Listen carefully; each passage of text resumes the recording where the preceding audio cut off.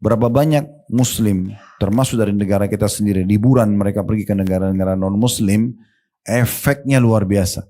Dia suami istri nikmatin kamar hotelnya, dia tidak sadar anaknya di sebelah lagi berzina, lagi narkotika. Karena hiburan negara itu begitu, kan gitu.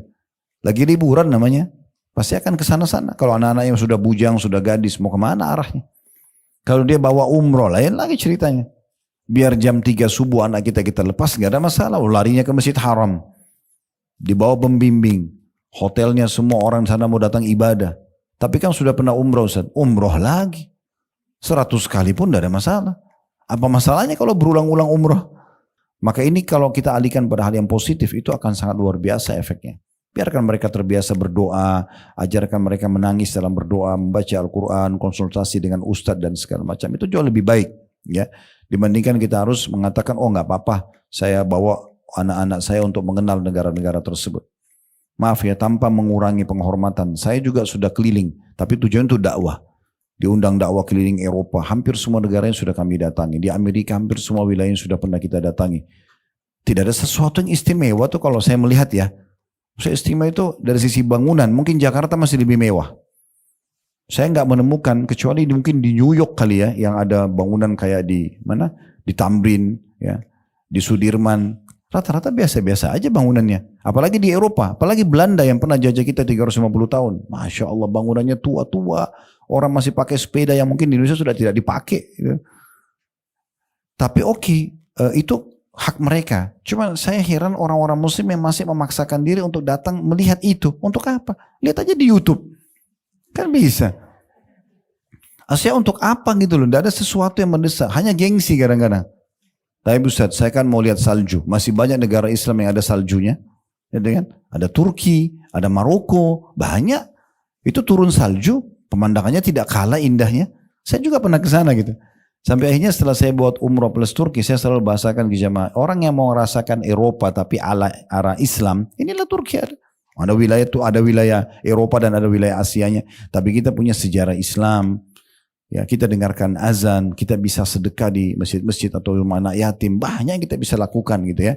Dibandingkan kita pergi ke negara-negara non-muslim ya. Ini secara rasional ya, tentu keputusan di tangan Anda. Allahu Rabbi wal Islamu dini wa Muhammadan Rasulullah.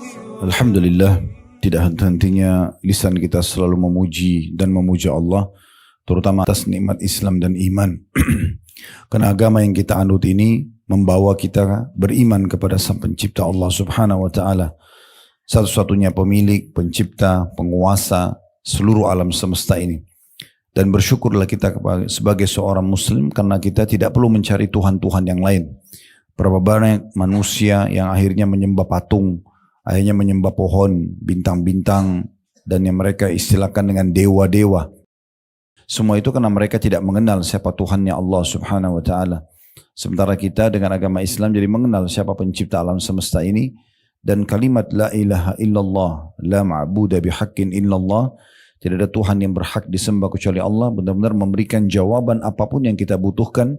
Bila kita melihat ke langit sana, apapun yang terjangkau oleh mata kita dan tidak terjangkau, dilihat di bumi, di kedalaman lautan, terjangkau tidak terjangkau oleh mata kita, semua kembali kepada kalimat ini. Tidak ada Tuhan, tidak ada pemilik, tidak ada penguasa, tidak ada yang menghidupkan, mematikan, mengurus, semuanya itu kecuali Allah Subhanahu wa taala. Sehingga sangat simpel. Kita jadi tinggal bagaimana beriman kepada Allah, kemudian mengikuti apa yang telah Allah inginkan, diturunkan dalam bentuk syariat melalui nabi-nabinya, terutama kita nabi terakhir Nabi Muhammad SAW, dan juga kitab-kitab yang diturunkan, dan kita sekarang berpegang pada kitab terakhir Al-Quran, sehingga kita tahu mana yang boleh dan tidak boleh dari makanan, minuman, pakaian, pendapatan, pergaulan, dan apapun yang kita butuhkan untuk panduan hidup kita, sehingga membawa pada kebahagiaan dunia dan juga kebahagiaan akhirat dengan balasan surga abadi di sana. Maka ini sebuah nikmat yang tidak terhingga yang harusnya kita jaga, dan diantaranya kita duduk bersama-sama di sini untuk mempelajari salah satu dari bagian atau substansial agama Allah SWT atau agama Islam. Selanjutnya kita panjatkan salam hormat kita kepada manusia yang telah membawa kepada kita hukum halal haramnya Allah, syariat Allah Subhanahu wa taala dipikulkan di pundak beliau, sudah disampaikan semuanya, Sehingga tidak ada yang kita butuhkan dari hal yang kecil sampai yang besar, kecuali semuanya bisa didapatkan dari apa yang telah dibawakan oleh manusia terbaik ini. Allah menjadikannya atau memerintahkan kita menjadikannya sebagai suri tauladan, dan juga mengucapkan salam hormat kepadanya dijadikan sebagai ibadah. Maka setelah memuji Allah, alhamdulillah atas nikmat Islam dan iman, kita juga mengucapkan salawat dan taslim kepada Nabi besar Muhammad sallallahu alaihi wa ala alihi wa sahbihi wasallam. Semoga semua kita yang hadir di sini, baik offline ataupun online, dipenuhi hajat-hajat dunia akhiratnya, diampuni dosa-dosanya dan juga diterima amal-amalnya. Dan semoga sebagaimana Allah satukan kita di majlis ini, Allah juga satukan kita kelak insyaAllah di surga Firdausnya tanpa hisab. Allahumma amin. Seperti biasa, bila Allah mudahkan kita melanjutkan bedah buku dosa-dosa yang sering tidak disadari kaum wanita, maksudnya muslimah, yang ditulis oleh Syekh Abdullah bin Abdurrahman Al-Jibrin. Dan kita sudah menyelesaikan pada pertemuan yang lalu poin kelima, masalah meratapi dan atau teriak atau meraung-raung yang biasa dikenal dengan niyaha, memukul-mukul wajah dan merobek baju atau pakaian ketika ada yang meninggal dunia. Ini sudah kita jelaskan panjang lebar tentang bagaimana kematian itu adalah sebuah kelaziman yang akan datang bagi setiap muslim dan muslimah bila ajalnya sudah datang, dan bagaimana seseorang punya persiapan sebelum datang kematian tersebut dengan kembali kepada tujuan utama dia diciptakan, yaitu beribadah dan mengabdi kepada Allah Subhanahu wa taala, sebagaimana Allah sebutkan dalam surah Az-Zariyat surah nomor 51 ayat 56, "Wa ma khalaqtul jinna wal insa illa liya'budun." Aku tidak ciptakan jin dan manusia kecuali untuk mengabdi dan beribadah kepadaku. Kemudian juga tentunya kita sudah menjelaskan tentang bagaimana orang yang ditinggal. Kalau misalnya ada keluarga kita yang meninggal, apa yang harus kita lakukan? Jadi kita harusnya bisa bersabar, menerima itu sebagai ujian dari Allah Subhanahu wa taala, dan boleh saja kalau kita sedih, normal, manusiawi, misalnya meneteskan air mata, tapi tidak sampai ya niyaha atau meratapi. Ya misalnya menjambak-jambak rambut, teriak-teriak, mengucapkan kata-kata yang tidak pantas, ya apalagi menjadi doa-doa buruk buat diri sendiri. Ini semua sudah kita jelaskan panjang lebar pada pertemuan yang lalu. Dan kenapa dimasukkan oleh Syekh Jibrin dalam poin wanita di sini, walaupun sebenarnya hukumnya juga berlaku bagi laki-laki muslim, karena biasanya yang paling banyak tersentuh dengan perasaan seorang wanita. Anaknya meninggal, suaminya meninggal, orang tuanya meninggal, mungkin dia terbawa dengan perasaan sehingga akhirnya tidak sadar dan terjerumus dalam niyaha atau meratapi itu. Sekarang kita akan bahas poin ke-6 atau pelanggaran ke-6 yang banyak tidak disadari oleh muslimah, yaitu pergi ke negeri-negeri atau negara-negara kafir tanpa ada kepentingan dengan alasan untuk studi atau pergi untuk berlibur atau berbulan madu. Ini mungkin ya agak sensitif bahasanya. Bagi orang yang belum pernah ikut ta'lim, masa sih sampai sekeras itu? Masa sih sampai kita nggak boleh pergi ke negara kafir?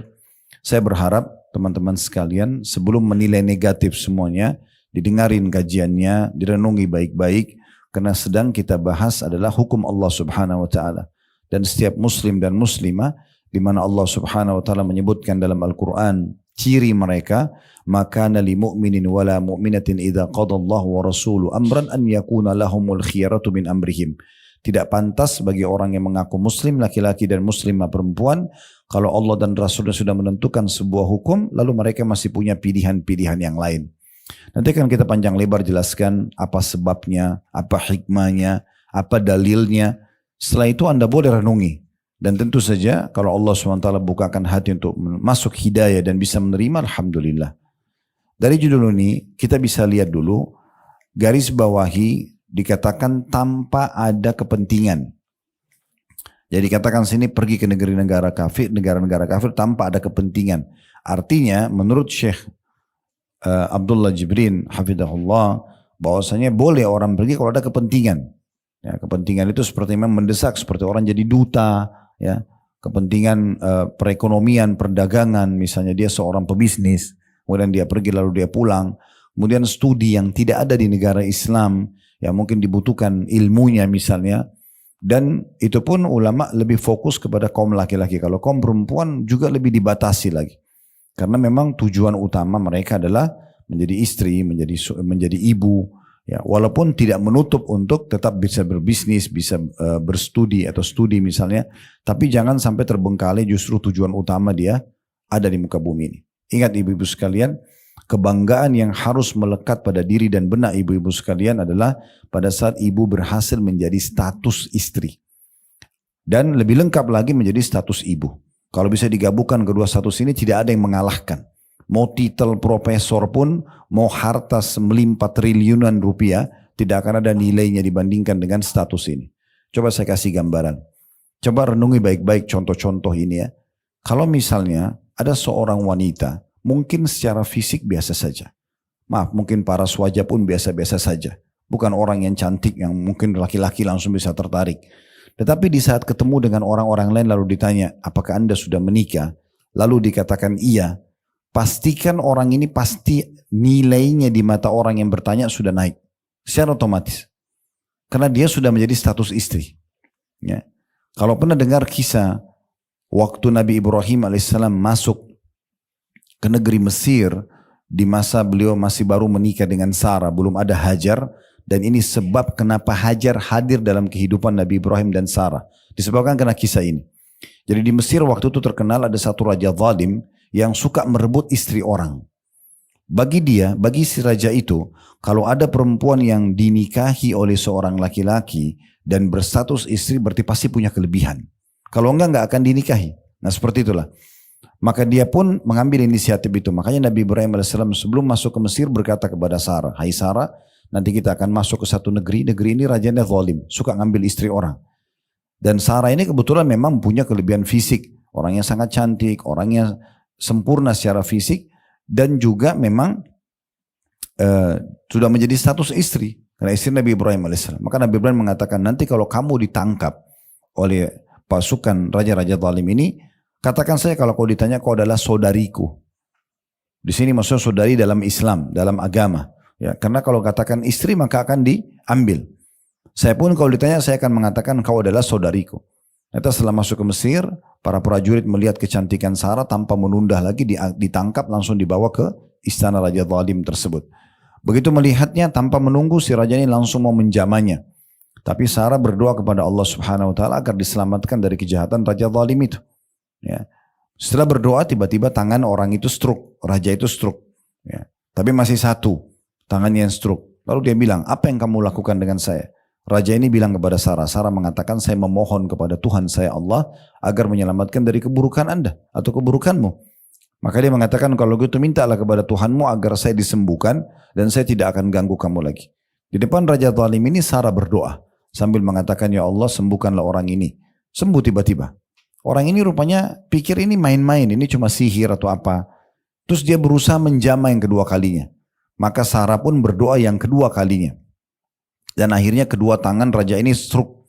Tiba-tiba nggak bisa bergerak. Tapi anggota tubuh yang lain masih bisa. Lalu kemudian dia pun berkata kepada Sarah, apa yang kamu lakukan? Kata Sarah, aku berdoa kepada Tuhanku agar menyelamatkan dari keburukanmu. Lalu dia mengatakan, kalau gitu mohonlah kepada Tuhanmu untuk menyembuhkan aku dan aku janji tidak akan mengulangi lagi. Tidak akan menjamahmu. Maka di depan dia Sarah berdoa lagi yang kedua kali, sembuh tiba-tiba. Pokoknya orang ini belum kapok. Dia mau menjamah yang ketiga kali. Jadi kalau ibu-ibu baca dalam buku-buku sejarah memang seperti itu raja itu kisahnya ya. Maka dia pun coba menjamah yang ketiga kali. Lalu Sarah berdoa dan pada saat itu semua tubuhnya stroke kecuali bagian wajahnya. Dia masih bisa ngomong. Tapi tubuhnya semua sudah gak bisa bergerak.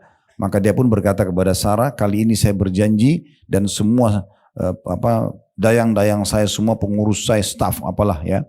Bahasa istilahnya. Yang jelas semua orang yang ada di istana ini akan menjadi saksi, saya tidak akan mengganggu kamu lagi. Maka Sarah pun berdoa kepada Allah disembuhkan lalu sembuh. Lalu dia segera panggil staff-staffnya atau para dayang-dayang ada di situ. Raja ini mengatakan keluarkan wanita ini dari istanaku karena yang kalian bawa bukan manusia tapi jin. Ya, karena dia memang bukan orang beriman sama Allah, dia nggak tahu itu. Kemudian karena dia takut jangan sampai nanti Sarah ini setelah pergi berdoa lagi sama Allah dan ternyata bisa membuat dia stroke dan dia tidak bisa minta tolong, maka dia pun menghadiahkan wanita terbaik Mesir di kerajaan dia namanya Hajar. Nah ini sebab kenapa Hajar hadir dalam kehidupan Nabi Ibrahim dan Sarah. Kisahnya awalnya di situ.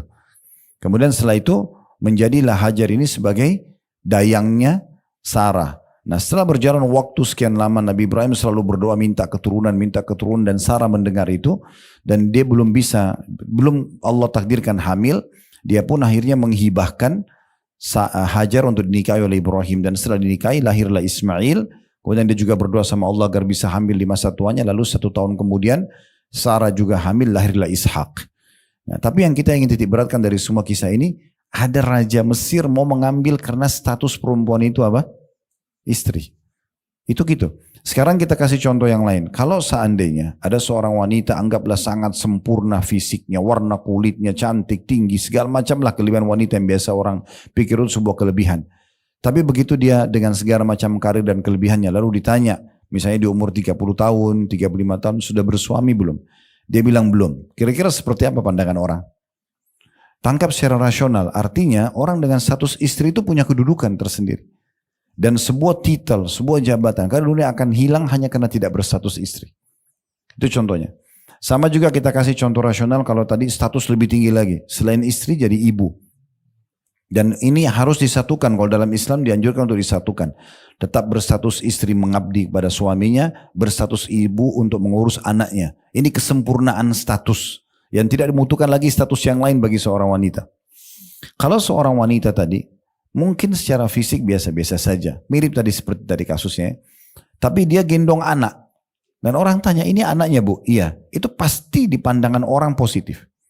Karena untuk punya anak pun itu butuh kesuburan, butuh perjuangan. Harus ada sperma halal suaminya masuk ke rahimnya.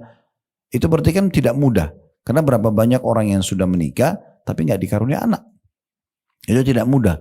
Sebaliknya kalau ada orang mungkin sangat cantik dan segala macam, mungkin sangat tinggi karirnya, tapi ditanya kalau belum menikah, tadi sudah jatuh di mata masyarakat, apalagi kalau belum punya anak. Saya bertemu dengan beberapa orang jemaah, subhanallah, kasus yang Allah perlihatkan depan mata. Ada orang datang, suami istri di restoran kami di Condet, terus datang, begitu lihat saya kebetulan, karena saya memang kebetulan lagi di kantor waktu itu, kemudian mereka minta waktu. Begitu saya lihat suaminya dengan cukup sekali secara fisik ya. Saya tidak bertemu sama istri, tapi istri juga ada di restoran. Tapi sempat bapak itu minta waktu sama saya ngomong sambil mengatakan, Ustaz tolong saya butuh waktu ngomong 4 mata. Saya bilang baik silakan pak. Terus saya kosongkan store kami, ada toko kebetulan di lantai 2, saya bilang kosongkan dari semua staff, lalu saya duduk berdua. Awal sebelum bicara sudah berkaca-kaca matanya lalu menangis bapak itu. Saya tanya kenapa pak? Tenangkan diri. Laki-laki nangis itu agak unik. Biasanya pasti kan ada sesuatu yang besar sekali. Karena laki-laki itu jarang nangis gitu. Maka pada saat dia sudah tenang lalu dia mengatakan, Ustadz saya ini sudah menikah 10 tahun belum punya anak. Saya sama istri sudah coba ikhtiar sana sini belum punya anak. Sekarang kami mau ambil anak angkat, keluarga kami pun, keluarga saya sama istri ikut campur. Untuk milih-milih yang kami harus pilih yang mana. Padahal sebenarnya itu urusan kami gitu. Apa yang harus kami lakukan? Begitu sedihnya mereka karena tidak punya anak. Jadi orang punya status ayah, status ibu itu tuh luar biasa. Itu prestasi tertinggi. Fahami dulu baik-baik ini. Karena banyak orang, dia sepelekan status istrinya. Ya. Yang penting dia punya jabatan tinggi. Yang penting dia punya gaji. Yang penting dia punya rumah besar. Dia punya wanita karir. Ini dari mana ya? Kan gitu. Agak unik ini ya. Dia keluar dari fitrah yang sebenarnya. Atau gak masalah kok. Punya anak, nikah tapi tidak punya anak. Gak usah punya anak misalnya. Ini juga agak unik gitu kan. Padahal fitrah manusia menyukai masalah itu. Ini poin dulu dalam pembukaan kita. Supaya bisa difahami apa hikmah-hikmah syar'i daripada larangan-larangan Allah subhanahu wa ta'ala gitu ya. Baik, selanjutnya kalau kita hubungkan dengan bahasan kita di sini. Berarti ada hikmah yang sangat besar. Di mana Allah subhanahu wa ta'ala melarang orang muslim, terutama muslimah, untuk pergi ke negara-negara kafir. Gitu kan? Ada hikmah-hikmah. Tapi kalau ada kepentingan, itu gak ada masalah. Kepentingan. Tapi kepentingan ini penting sekali untuk dilihat kepentingan yang dipandang boleh dalam syariat. Di sini dikatakan, dengan alasan untuk studi. Berapa banyak muslimah pergi ke Eropa, pergi ke Amerika hanya untuk studi. Alasannya kenapa? Karena negara maju. Apa yang dia butuhkan untuk apa? Untuk menjadi istri tadi atau menjadi ibu? Atau dia menjadi wanita karir yang akhirnya lepas dari status-status yang harusnya memang yang paling mulia dalam diri dia, gitu kan? Berapa banyak ujian yang datang dalam hidupnya dari gangguan. Jangan usah pergi ke negara-negara non-muslim. Di Indonesia saja banyak sekali gangguannya. Bisa dia diganggu di kampus, bisa dia diganggu di jalan, bisa diganggu di kos-kosannya. Apalagi kalau sudah pergi ke negara kafir yang memang pergaulannya sangat bebas, gitu kan? Saya memiliki satu jamaah, ya, di antara ini pengalaman-pengalaman jamaah yang pergi umroh dengan kami. Suami istri tiba-tiba minta waktu bicara, datang ke kamar saya secara khusus. Biasanya kami kalau lagi umroh, selain ada taklim, saya coba buka semampunya. Tidak semua juga jemaah bisa kita jawab, karena memang waktunya terbatas juga. Selama di sana karena ada aktivitas yang lain. Tapi yang pas sempat, saya berikan kesempatan untuk konsultasi. Begitu masuk ke dalam kamar, tiba-tiba suami istri ini berkaca-kaca dan nangis. Saya tanya, kenapa Bapak Ibu, ada apa? Tolong tenangkan diri baru jelaskan. Ternyata Bapak Ibu sekalian, mereka menangis karena anak mereka yang dikirim sekolah di Eropa murtad. Murtad, ya. Dikirim ke salah satu negara di Eropa murtad. Setahun atau 2 tahun berangkat, tiba-tiba telepon ibunya lalu mengatakan, saya udah bukan muslim lagi. Saya tidak percaya sama Tuhan gitu. Sudah dirayu, sudah dijelaskan, sudah didoakan, gak ada manfaatnya. Efeknya pasti besar, kan gitu. Sekarang teman-teman sekalian, kalau kita berada di satu komunitas, komunitas itu yang biasa kita lihat adalah orang rajin ke taklim, kayak ibu-ibu sini Masya Allah datang ke taklim, lihat orang pakai jilbab syar'i, lihat orang datang ke pengajian, masjid dikumandangkan azan, laki-laki pada ke masjid, itu pasti berpengaruh, berefek dengan kalau kita tinggal dekat diskotik. Semua perempuan terbuka pakaiannya, setiap malam lalang mabuk, setiap malam mereka transaksi zina, pasti akan beda. Benar gak ini? Itu pengaruhnya besar. Dan jangan bilang, oh saya tidak terpengaruh Ustaz. Gak bisa. Manusia itu makhluk yang sangat sensitif. Kita sangat sensitif. Orang bohong Bu, kalau dia duduk 2 jam nonton film India baru bilang saya tidak terpengaruh. Itu omong kosong. Di saat sedih dia sedih, di saat senang dia senang, di saat syahwat dia syahwat. Itu gak mungkin. Omong kosong kalau tidak. Sebagaimana duduk pengajian dengarin ceramah tentang kematian, tentang terus dia berbekas juga pulang tersentuh. Itu normal. Manusiawi sekali. Makanya kita dianjurkan dalam Islam, la taqrabuz zina, jangan dekatin zina. Bukan dibahas zinanya, sebelumnya komunikasinya, lihat fotonya, lihat video, jangan kesan, karena nanti akan bahaya. Kita susah sekali untuk terlepas. Sekali kita buka pintu kebaikan, ada bekasnya. Sekali kita buka pintu kemaksiatan, akan ada bekasnya. Jadi nggak mudah ya. Berapa banyak Muslim, termasuk dari negara kita sendiri, liburan mereka pergi ke negara-negara non-Muslim. Efeknya luar biasa. Dia suami istri nikmatin kamar hotelnya, dia tidak sadar anaknya di sebelah lagi berzina, lagi narkotika. Karena hiburan negara itu begitu, kan gitu. Lagi liburan namanya, pasti akan ke sana-sana. Kalau anak-anak yang sudah bujang, sudah gadis, mau kemana arahnya? Kalau dia bawa umroh, lain lagi ceritanya. Biar jam 3 subuh anak kita lepas, gak ada masalah. Larinya ke Masjid Haram, dibawa pembimbing, hotelnya semua orang sana mau datang ibadah. Tapi kan sudah pernah umroh Ustaz, umroh lagi. 100 kali pun tidak ada masalah. Apa masalahnya kalau berulang-ulang umroh? Baru bulan lalu Ustaz, dah apa-apa.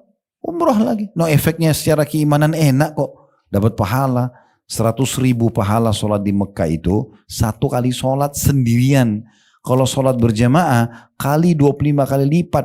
2,5 juta pahala sholat 1 kali kita sholat di Mekah itu. Itu kan luar biasa. Maksud saya di masjid di wilayah haram ya. Jadi kalau ibu sholat berjamaah di Indonesia, berjamaah 25 kali lipat ya. 1 kalau sendiri, kalau berjamaah kali 25, berarti 25 kali sholat. Di sana 2,5 juta. Berapa kali lipat itu? Mungkin kita sampai ubanan sholat untuk mengejar 2,5 juta kali sholat itu nggak bisa selesai juga. Itu dengan 1 sholat. Belum subuh, duhur, asar, maghrib, isya, belum sholat duha, belum sholat malam, belum tahiyat masjid, belum sholat udhu, belum sholat tobat. Banyak sekali pahala yang bisa didapatkan. Dan efeknya luar biasa kepada kejiwaan anak-anak. Efeknya luar biasa. Kita tidak sadar mungkin sebagai orang tua, tapi anak-anak itu punya efek. Mereka lebih cepat berbekas. Ya. Di masa-masa pubertas, dari mulai balik sampai umur 25 tahun, itu biasanya masa-masa mereka mulai pubertas, mau tahu, mau coba, mau segala macam. Ini biasa ada begitu. Maka ini kalau kita alihkan pada hal yang positif, itu akan sangat luar biasa efeknya. Biarkan mereka terbiasa berdoa, ajarkan mereka menangis dalam berdoa, membaca Al-Quran, konsultasi dengan ustadz dan segala macam. Itu jauh lebih baik ya, dibandingkan kita harus mengatakan, oh nggak apa-apa, saya bawa anak-anak saya untuk mengenal negara-negara tersebut. Maaf ya, tanpa mengurangi penghormatan, saya juga sudah keliling, tapi tujuan itu dakwah. Diundang dakwah keliling Eropa, hampir semua negara yang sudah kami datangi. Di Amerika hampir semua wilayah yang sudah pernah kita datangi. Tidak ada sesuatu yang istimewa tuh kalau saya melihat ya. Saya istimewa itu dari sisi bangunan, mungkin Jakarta masih lebih mewah. Saya nggak menemukan, kecuali mungkin di New York kali ya, yang ada bangunan kayak di mana? Di Tamrin, ya, di Sudirman. Rata-rata biasa-biasa aja bangunannya. Apalagi di Eropa, apalagi Belanda yang pernah jajah kita 350 tahun. Masya Allah bangunannya tua-tua. Orang masih pakai sepeda yang mungkin di Indonesia sudah tidak dipakai. Gitu. Tapi itu hak mereka. Cuma saya heran orang-orang muslim yang masih memaksakan diri untuk datang melihat itu. Untuk apa? Lihat aja di YouTube. Kan bisa. Asyik untuk apa gitu loh. Tidak ada sesuatu yang mendesak. Hanya gengsi kadang-kadang. Tapi Ustaz, saya kan mau lihat salju. Masih banyak negara Islam yang ada saljunya. Ya, kan? Ada Turki, ada Maroko. Banyak. Itu turun salju. Pemandangannya tidak kalah indahnya. Saya juga pernah ke sana gitu. Sampai akhirnya setelah saya buat umroh plus Turki, saya selalu bahasakan ke jamaah. Orang yang mau merasakan Eropa tapi arah Islam, inilah Turki ada. Ada wilayah itu, ada wilayah Eropa dan ada wilayah Asianya. Tapi kita punya sejarah Islam. Ya, kita dengarkan azan, kita bisa sedekah di masjid-masjid atau rumah anak yatim, banyak yang kita bisa lakukan gitu ya. Dibandingkan kita pergi ke negara-negara non-muslim ya. Ini secara rasional ya, tentu keputusan di tangan Anda. Sama juga dengan di sini dikatakan selain studi, pergi untuk berlibur atau berbulan madu. Kenapa enggak bulan madunya di Mekah atau di Madinah? Nikmat sekali bisa ibadah, sekaligus memang menikmati bulan madu. Itu malah bagus, memulai dengan hal yang baik. Dari mana kita tahu? Allahu a'lam. Mungkin sperma yang ditumpangkan di situ lebih banyak berkahnya. Karena kita lagi ibadah, kita lagi minum air zam-zam. Mungkin ibu yang hamil malah lebih banyak berkahnya. Kan bisa saja dibandingkan kita sedang maksiat di mana gitu kan? Kita tidak pernah tahu. Apa ibu sudah tahu kalau kita sedang berada di tempat yang ada maksiatnya, mayoritas sekitar kita semua buat dosa. Bisa saja kalau mereka kena, kita juga kena hukumannya.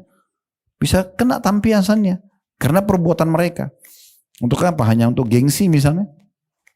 Saya bicara dengan beberapa orang kita yang tinggal di negara non-muslim. Subhanallah, hampir mayoritasnya mengeluh, Ustaz, kami kerja di sini Ustaz, bagaimana hukumnya? Bersihin patungnya orang, mandikan anjing, kerja di restoran, masak babi. Kira-kira apa yang Ustaz mau jawab? Boleh? Nggak mungkin. Haram ya haram dalam Islam. Cuma kenapa ke sana? Hanya karena alasan gengsi dan segala macam. Ini sayang banget ya. Sayang sekali. Saya sering ulangin kisah ini karena memang saya dengar sendiri waktu itu ya. Di taklim, waktu itu di Sydney, ada satu bapak. Di taklim kami di rumah, cukup banyak yang datang, Masya Allah ramai, karena disebarin waktu itu beritanya. Dia tanya gini, Ustaz, apa hukumnya sholat sementara di baju saya ada kotoran manusia? Gitu ya. Terus saya sebelum jawab saya bilang, maaf Pak, saya mau tanya dulu, kenapa Bapak bertanya ini? Dia bilang karena saya kerja khusus untuk bersihin mobil yang nyedot kotoran manusia itu. Dia Muslim. Jadi pada saat saya bersihkan masuk waktu sholat, bisa nggak saya sholat dalam kondisi baju saya kena kotoran itu? Apa yang saya bilang Bapak Ibu sekalian? Ini Allah jadi saksi, saya mengatakan, Pak, maaf Pak, sebelum saya jawab, Bapak pulang aja ke Indonesia Pak. Ngapain kerja di sini? Hanya mau dibilang tren kerja di Australia, bersihin kotoran orang non-Muslim. Tidak usah kita jawab masalah hukum, itu aja sudah. Kenapa nggak jual tempe aja, nasi uduk di Indonesia mulia, jual baju kaos, ambil di Tanah Abang murah, bisa jual di mana-mana. Orang subhanallah jual gorengan hidup gitu kan. Bapak pulang ke Indonesia Pak. Itu dulu, saya ajak Bapak pulang, negeri kita lebih mulia, lebih nyaman, lebih enak gitu ya. Dan kalau Bapak mau tanya masalah hukum, jelas tidak boleh. Tidak usah bicara kotoran penuh di badan, setetes kencing saja, sedikit tinja tidak akan sah sholatnya. Apalagi kalau semua tubuhnya, kan nggak mungkin. Tapi permasalahannya adalah sebab itu karena dia mencari kerja di sana. Kan gitu. Mungkin masih lebih ringan kalau dia kerja di tempat-tempat yang jauh lebih mulia, tapi susah. Ya, yang paling ringan orang kerja di tempat non-muslim itu kerja di supermarket, itu pun masih ada khamr dijual di kulkasnya. Itu kan. Itu paling ringan sudah, itu jual roti, jual madu, jual apa. Tapi tetap aja ada khamr. Gimana sekarang? Sampai pernah ada yang tanya ke saya, Ustaz, sudah terlanjur tinggal di negara non-muslim. Saya kerja di sini. Ini kerja yang paling ringan sudah. Mungkin bagi mereka waktu itu ya. Saya tidak tahu kalau sekarang mungkin ada perkembangan. Tapi waktu itu saya datang di satu negara non-muslim, lalu mereka tanya gitu. Gimana Ustaz gaji saya? Semuanya di supermarket ini halal, tapi di kulkas itu masih ada khamr. Kira-kira seperti apa? Ada pendapat yang kami sampaikan, tapi tidak bisa berlaku di semua wilayah. Gitu kan? Karena fatwa itu kadang-kadang berlaku satu wilayah, belum tentu berlaku di wilayah lainnya. Saya katakan ya sudah solusi, tidak ada lagi solusi lainnya kecuali karena dia tidak bisa, dia terikat akad kerja. Kalau dia tinggalkan dia bisa dipenjara. Ya udah, setiap terima gaji, hitung persentase khamr yang ada di kulkas itu, kemudian keluarkan. Jangan makan gajinya.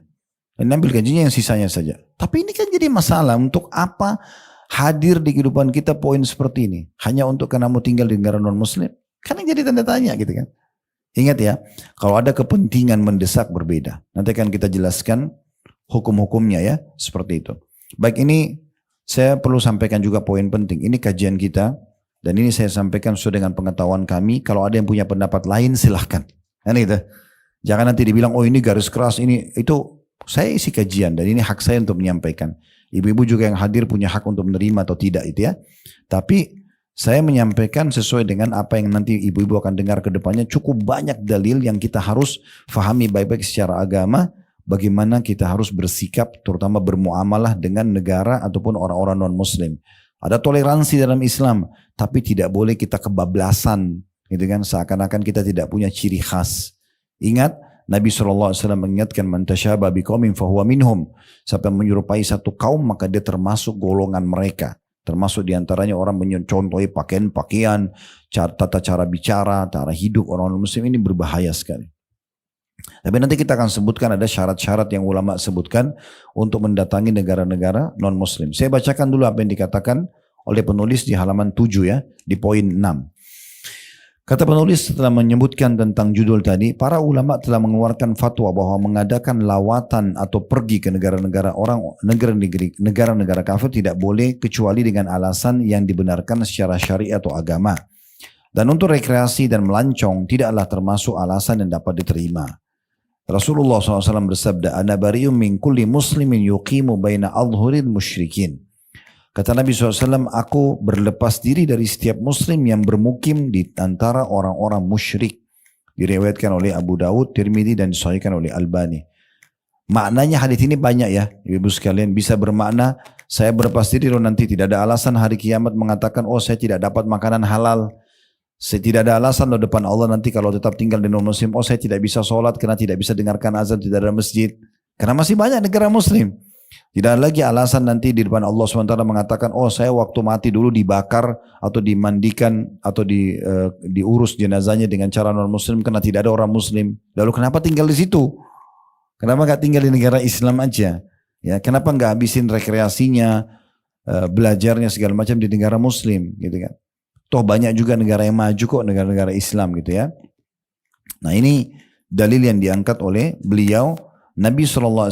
Kalau Nabi sendiri berlepas diri dari setiap muslim yang sengaja tinggal di tengah-tengah orang musyrik, lalu bagaimana kita baru memulai untuk ke sana? Toh kita bisa hidup ya.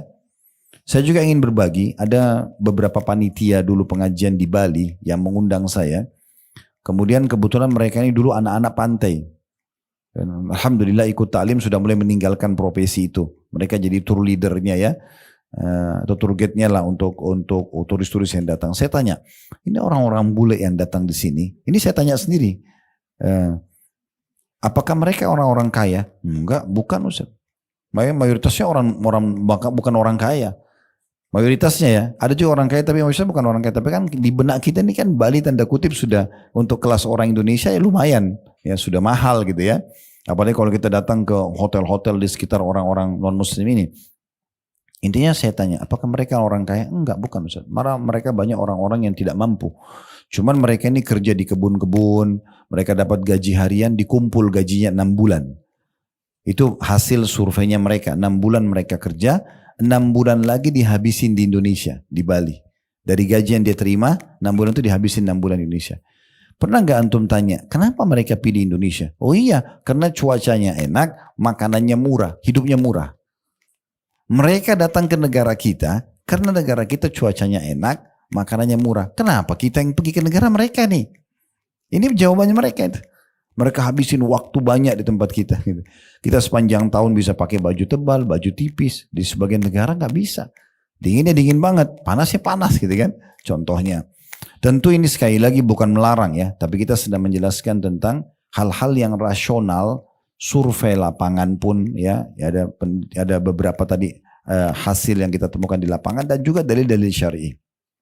Baik, sekarang kita coba kembangkan ibu-ibu sekalian, bisa dibuka firman Allah Subhanahu wa taala dalam surah An-Nisa surah nomor 4 ayat 97 sampai 98. surah nomor 4 ayat 97 sampai 98. Saya bacakan dulu ya. Innal ladzina tawaffahumul malaikatu zalimi anfusihim qalu fima kuntum qalu kunna mustad'afina fil ard qalu alam takun ardullahi wasi'atun fatuhajiru fiha alam takun ardullahi wasi'atan fatuhajiru fiha faulaika ma'wahum jahannam wa sa'at masira illa almustad'afina min ar-rijali wan nisa'i wal wildani la yastati'una hilatan wa la yahtaduna sabila faulaika 'asallahu an ya'fu 'anhum wa kana Allahu 'afuwan ghafura. Terjemahannya bisa Ibu lihat di An-Nisa 97 dan 98. Sesungguhnya orang-orang yang diwafatkan oleh malaikat pada saat meninggal dunia dalam keadaan menganiaya diri mereka sendiri. Kenapa Allah bilang menyebutkan menganiaya diri mereka? Ini yang meninggal orang-orang muslim ya. Yang sedang dibahas oleh ayat ini adalah orang-orang muslim. Namun dianggap pada saat mereka meninggal mereka menganiaya diri mereka sendiri. Apa ceritanya? Maka para malaikat bertanya kepada mereka, dalam keadaan bagaimana kamu ini? Bagaimana menurut kamu sekarang yang pada saat kamu mati ini? Mereka bilang, adalah kami orang-orang yang tertindas di negeri Mekah. Di negeri, maksudnya di negeri non-muslim. Waktu itu Mekah. Ya, karena mereka tinggal di Mekah. Waktu itu kan hukumnya wajib untuk hijrah. Tinggalkan Mekah menuju ke Madinah. Gak boleh tinggal lagi di Mekah. Di masa turunnya kewajiban hijrah, maka tidak boleh tinggal di Mekah di masa itu. Karena mereka tidak bisa ibadah. Mereka terganggu. Maka pada saat mereka meninggal, malaikat akan bertanya, ya. Dikatakan kepada mereka, ya, bukankah bumi Allah itu luas sehingga kamu dapat berhijrah di bumi itu? Kamu nggak bisa ibadah di situ, nggak bisa dapat makanan halal, susah karena kamu minoritas. Kenapa kamu nggak pindah? Bumi Allah luas. Ini firman Allah 1400 tahun yang lalu ya. Orang-orang itu kata Allah ini, bukan kata saya, tempatnya neraka jahanam. Dan jahanam itu seburuk-buruk tempat kembali. Kecuali ada orang dikecualikan, masih boleh mereka tinggal di sana. Mereka yang tertindas, ya, baik laki-laki ataupun perempuan atau anak-anak yang tidak mampu berdaya upaya dan tidak mengetahui jalan untuk hijrah. Yang betul-betul tidak bisa keluar, tidak punya biaya, tidak punya kemampuan, ya sudah. Gitu kan? Itu dikecualikan. Tapi orang yang masih mampu untuk tinggalkan negara-negara non-muslim itu, tinggal ke negara Islam, maka itu harus mereka lakukan. Dikatakan mereka itu orang-orang yang memang tidak mampu dari laki-laki karena sudah sangat tua atau miskin, gak bisa keluar, atau perempuan-perempuan memang tidak bisa, atau anak-anak kecil, maka mudah-mudahan dikatakan oleh Allah sini Allah memaafkannya. Dan adalah Allah maha pemaaf lagi maha pengampun. Di sini kata ulama tafsir, dalam ayat ini Allah tidaklah memberikan udzur untuk tinggal di negara kafir kecuali orang-orang yang lemah dan tidak mampu untuk berhijrah dan juga orang-orang yang ingin menegakkan agama di negeri tersebut dengan cara berdakwah di jalan Allah dan menyebarkan Islam. Lantas jika ada yang malah mau jalan-jalan ke negara-negara itu dari negara muslim, maka suatu tindakan keliru dan juga terlarang secara syar'i. Nah ini kata beliau ya. Jadi para ulama tafsir. Lalu dirincikan oleh Syekh Muhammad Al-Utsaimin rahimahullah. Beliau mengatakan tidak boleh seorang bersafar ke negeri kafir kecuali dengan 3 syarat. Nah, ini dikasih syarat oleh Syekh Utsaimin. Yang pertama, memiliki ilmu untuk membentengi diri dari syubhat atau pemikiran rancu. Jadi harus punya ilmu yang cukup untuk itu. Seperti seorang dai, dia mau berdakwah, atau seorang pengusaha muslim yang dia mau transaksi di sana dan dia tahu mana halal mana haram sehingga dia hati-hati sekali dalam membeli produk, dalam menulis akad bisnis misalnya sama orang non muslim ya. Yang kedua, memiliki agama yang baik untuk membentengi diri dari godaan syahwat, karena pasti godaan syahwat sangat terbuka di negara-negara non muslim dengan pakaian mereka, dengan pola hidup mereka, dengan pola fikir mereka.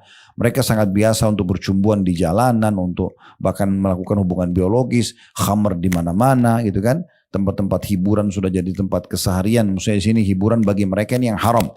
Diskotik lah, segala macam yang sejenis dengan itu ya. Kemudian yang ketiga, syaratnya butuh untuk safar ke negara kafir. Seperti untuk berobat, dibolehkan kata beliau. Atau untuk melanjutkan studi yang tidak didapatkan di negeri Islam. Ya. Atau bisa pula karena alasan berdagang, bisnis.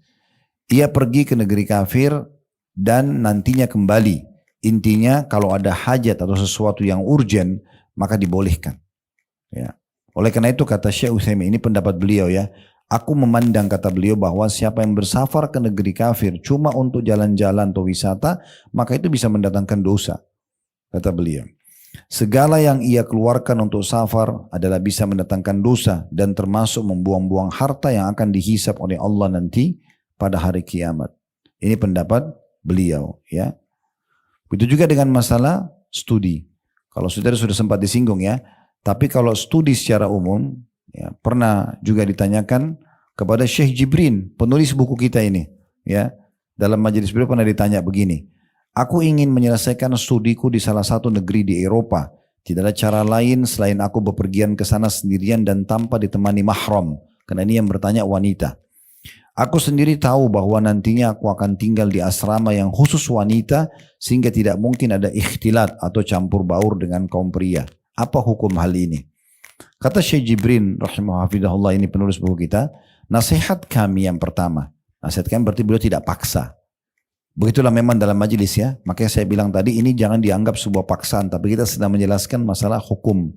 Seorang muslim harus tahu dan menyadari dia akan ada hisab hari kiamat. Apapun yang bisa membawa pada hisab walaupun sederhana hari kiamat, dia harus hindari. Maksudnya akan memberatkan dia. Bagaimana dia memberatkan timbangan amal solehnya dan dia tidak memberatkan timbangan dosanya. Maka Syekh menjawab, nasihat kami yang pertama adalah hendaknya dia tidak bersafar ke negeri kafir seperti Eropa karena hal itu dapat membahayakan agamanya.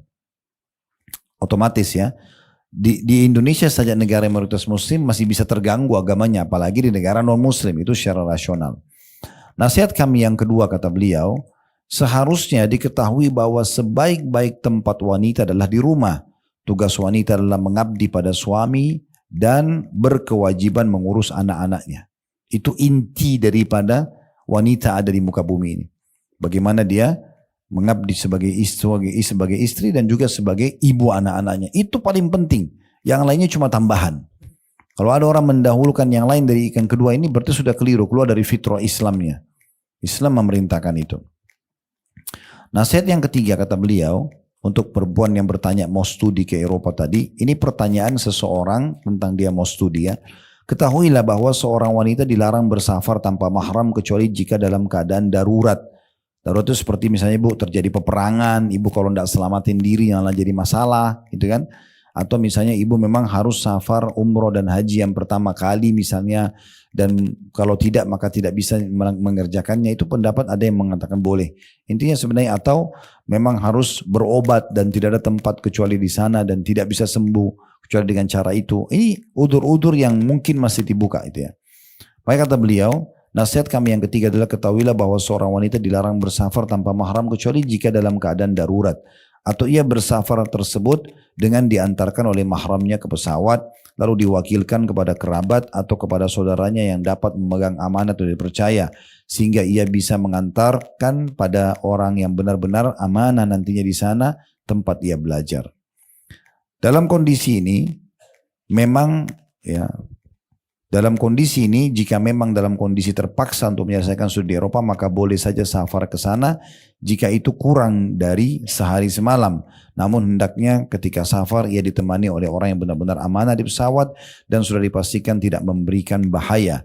Juga di negeri ia belajar dipastikan pula wanita tersebut terlepas dari tindak bahaya dan kerusakan.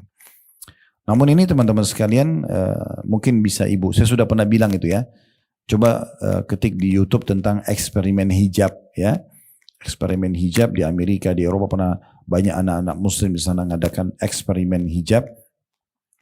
Dan itu ternyata ya luar biasa ya, bagaimana gambaran tentang tinggal di negara non muslim pada saat dia berhijab dengan tidak berhijab wanitanya ya. Tentu banyak eksperimen, ada wanita non muslim yang sedang lewat lalu ditawarkan pakai hijab, lalu ditanyakan bagaimana pendapatnya. Mereka rata-rata semua positif, mengatakan oh saya seperti berada di satu tameng yang sangat kuat, benteng. Saya kok merasa lebih nyaman ya, saya kok lebih inilah, lebih itulah gitu ya alasannya. Tapi ada satu wanita, temannya pakai kamera, saya sempat lihat cuplikan karena penasaran mau tahu apa gitu ya. Karena ini berhubungan dengan masalah eksperimen hijab. Dia jalan tanpa hijab di satu jalan, di Amerika itu di satu jalan, mungkin jaraknya 1 kilometer jalan kaki tanpa hijab. Sepanjang jalan itu tidak kurang dari 5 atau 6 laki-laki yang mengganggunya. Yang ngajak kencan, yang ganggu dia, yang segala macam lah. Orang yang sama, cuma pakai hijab, di jalan yang sama, di jam yang berbeda, jalan, itu ternyata sepanjang jalan tidak ada satupun yang mengganggunya. Karena hijabnya, gitu kan. Tidak ada yang mengganggunya. Jadi memang masalah-masalah seperti ini juga perlu jadi bahan perhatian secara khusus ya. Artinya kalau kita bisa lebih aman di negara muslim yang kita bisa pakai hijab sebebasnya dan segala macam itu sangat bagus. Ada satu jemaah cerita sama saya, beliau orang mampu. Seringkali kalau liburan, kalau musim dingin ke Eropa gitu ya. Dia bilang saya datang di beberapa negara Eropa, saya sewa mobil sendiri dan itu ada rasisnya. Jadi pada saat kami datang ke parkiran pun orang-orang sana yang rasis itu betul-betul sangat membenci Islam, membenci hijab. Kami sengaja diganggu. Saya tinggal walaupun kita orang asing punya paspor, kita bisa lihat kita punya pembelaan secara hukum karena masuk dengan visa resmi. Dapatnya mereka tidak peduli, gitu kan? Itu contoh-contoh dan itu banyak pengakuan yang seperti ini. Tentu di sini kita bicara teman-teman sekalian, bedakan antara hukum teman-teman kita yang sudah tinggal di sana, lahir di sana, itu beda. Kita tidak bicara masalah itu ya. Mereka di saat hukumnya, mereka bisa tinggal di sana, mereka bisa ibadah, mereka tidak terganggu ya. Mereka bisa mendakwakan Islam, itu perjuangan mereka. Itu ulama mengatakan itu perjuangan mereka. Kita sedang membahas adalah dari negara muslim menuju ke negara non muslim. Mereka baru mau mulai mencari rezeki di sana, mereka baru mau pindah, ya hanya kena gengsi atau ajakan temannya. Nah ini yang sedang disinggung. Tapi kalau orang sudah terlanjur lahir di sana, warga negara sana dan mereka, saya ketemu dengan beberapa teman-teman kita di Amerika, di Australia waktu itu, mereka sudah warga negara sana, mereka bisa memakmurkan masjid, mereka bisa beli masjid, itu lain. Itu memang malah perjuangan mereka di sana ya. Tapi kalau ada di antara mereka yang tinggal tapi mereka tidak bisa ibadah, malah diganggu, maka jangan tinggal di situ. Karena khawatir nanti tadi kena firman Allah SWT itu. Mereka pada saat meninggal, mereka akan tanya, kenapa kalian tidak bisa beribadah? Mereka bilang kami termasuk orang yang tertindas. Maka mereka akan mengatakan, bukankah bumi Allah luas? Kalian bisa hijrah? Mereka tidak akan bisa jawab, gitu kan? Tidak akan pernah bisa menjawab masalah itu. Nah, ini bahasanya berbeda tentunya. Ada juga bahasan tentang masalah ulama berhubungan dengan masalah adanya efek-efek ya terhadap pergaulan, ya terhadap pola. Umumnya gini, anggap kita rekreasi aja deh. Kalau kita atau ibu dan bapak sekalian, ya, kita pergi ke satu negara, ini liburan ya. Kemarin kan Desember baru habis liburan. Saya yakin begitu kita pulang kita akan bawa banyak cerita. Ya. Kita akan bawa banyak cerita dan pengalaman gitu ya. Kalau kita misalnya pulang umroh, apa yang kita ceritakan? Oh tawafnya, oh sa'inya, oh doanya, oh apalah city tournya misalnya seterusnya lah. Musim wahyu ini itu. Tapi kalau kita ke negara non muslim yang kita cerita pasti juga akan sama. Ya hal yang berbeda tapi begitu dia ceritakan tentang pengalaman dia. Berapa banyak saya pernah duduk bersama dengan anak-anak muda di Jakarta ini. Mereka lagi cerita tentang perjalanan mereka kalau lagi pergi sama orang tuanya ke Eropa. Karena mereka pikir waktu itu saya masih mahasiswa kebetulan. Saya belum terjun di dakwah. Ada sepupu-sepupu saya kebetulan tinggal di Jakarta. Mereka pada ngumpul. Saya diajak waktu itu. Saya duduk, lalu saya cuma dengar mereka ngobrol. Saya masih ingat berbekas mereka ngobrol itu. Bagaimana kalau mereka sedang rekreasi liburan sama orang tuanya ke Eropa. Mereka sebutin satu nama restoran di Itali. Itu di pizzanya ditaruh narkotika. Ada yang begini dan begitu. Ada macam-macam lah. Ada minuman yang dipelintir, yang dikemas seakan-akan bukan beralkohol tapi beralkohol. Ada macam-macam yang mereka lakukan gitu ya. Bagaimana mereka melakukan perzinahan dengan cara orang tuanya tidak tahu. Wah BC segala macam mereka ceritakan. Tapi itu saya waktu itu sempat berpikir kok sampai seperti itu ya. Walaupun tanpa membandingkan dengan orang, sangat bersyukur Alhamdulillah karena Allah memberikan kesempatan kami menghabiskan waktu dari SMA sampai kuliah itu di Madinah. Karena betul-betul tidak ada Tidak ada kegiatan kecuali dari kampus ke Masjid Nabawi atau di asrama kami berolahraga dan seterusnya. Tapi bagaimana kehidupan orang Allahu alam ya di tempat-tempat yang terbuka. Negara-negara muslim pun luar biasa. Ya itu atau negara muslim pun masih banyak yang melakukan penyimpangan-penyimpangan. Jadi masih banyak yang bisa membawa kita kepada masalah-masalah gitu ya. Juga kemudian ada juga kemarin waktu kami pergi ke salah satu negara Eropa, ada satu muslim. Saya dengar beliau sekarang sudah pulang ke Indonesia, Masya Allah. Yang jelas beliau cerita, dia bilang, sebab saya pertama kali kembali ke agama ini setelah sekian puluh tahun lalai dalam masalah agama, itu kan ada temannya dia, orang muslim juga orang Indonesia, tinggal di satu wilayah, nikah sama orang sana, begitu meninggal kami dapat informasi, kami ke sana. Nah, waktu itu saya masih jarang sholat Ustaz, kehidupan saya juga masih jauh dari agama. Begitu saya datang ke sana, saya ternyata teman saya ini sedang diproses jenazahnya dengan cara Nasrani di gereja. Lalu kemudian saya bertanya-tanya, loh ini kan muslim kok bisa gitu. Waktu itu kemudian saya tiba-tiba kayak ada dalam jiwa saya bergejolak, bagaimana kalau kamu yang meninggal seperti ini. Semenjak itu saya ketakutan, kemudian dia pun bilang saya kembali ke kota yang saya ada, kemudian saya coba mulai mendalami Islam dan mulai semenjak itu mulai lebih dalam dan lebih banyak mengenal Islam sampai waktu itu kami datang pengajian di sana. Ada juga yang menikah dengan orang non-muslim, dia kurang agamanya. Pasangannya juga otomatis lebih kurang karena dia tidak bisa pandu. Ya, kebetulan tuh waktu itu laki-laki kebetulan menikah sama satu orang Jepang di Bali, kemudian pergi ikut ke Jepang, tinggal di sana. Yang perempuan ini masuk Islam, jadi mu'allaf, ya masuk Islam di tangan dia, tapi karena dia tidak bisa pandu, akhirnya ya pada saat dia meninggal, diinformasikan di keluarganya dan dikirimkan fotonya dari Jepang, itu sudah dibakar jenazahnya. Jadi debu ditaruh, dipakai cara orang sana. Karena tidak ada yang tahu bagaimana caranya. Dan tidak ada juga yang peduli dengan apakah dia orang muslim atau tidak. Dan seterusnya, sekian banyak kisah-kisah yang berhubungan dengan ini. Jadi harusnya kita lebih hati-hati. Ya harusnya lebih hati-hati. Sekali lagi saya bahasakan, kalau teman-teman kita yang sudah lahir di sana, mereka memang sudah lama di sana, mereka punya perjuangan menyebarkan Islam, mereka bisa beli masjid, mereka banyak ya teman-teman kita begitu tuh, haknya mereka itu sangat baik. Apalagi kalau mereka tidak tertindas ya. Tapi bagi kita yang sudah berada di negara muslim, kemudian sengaja mau pergi ke sana ini harus punya banyak pertimbangan dan coba direnungi baik-baik, diistikharahkan, dipikirkan masalah hukum-hukum syar'inya supaya jangan sampai kita terjerumus pada hal-hal yang tidak diharapkan.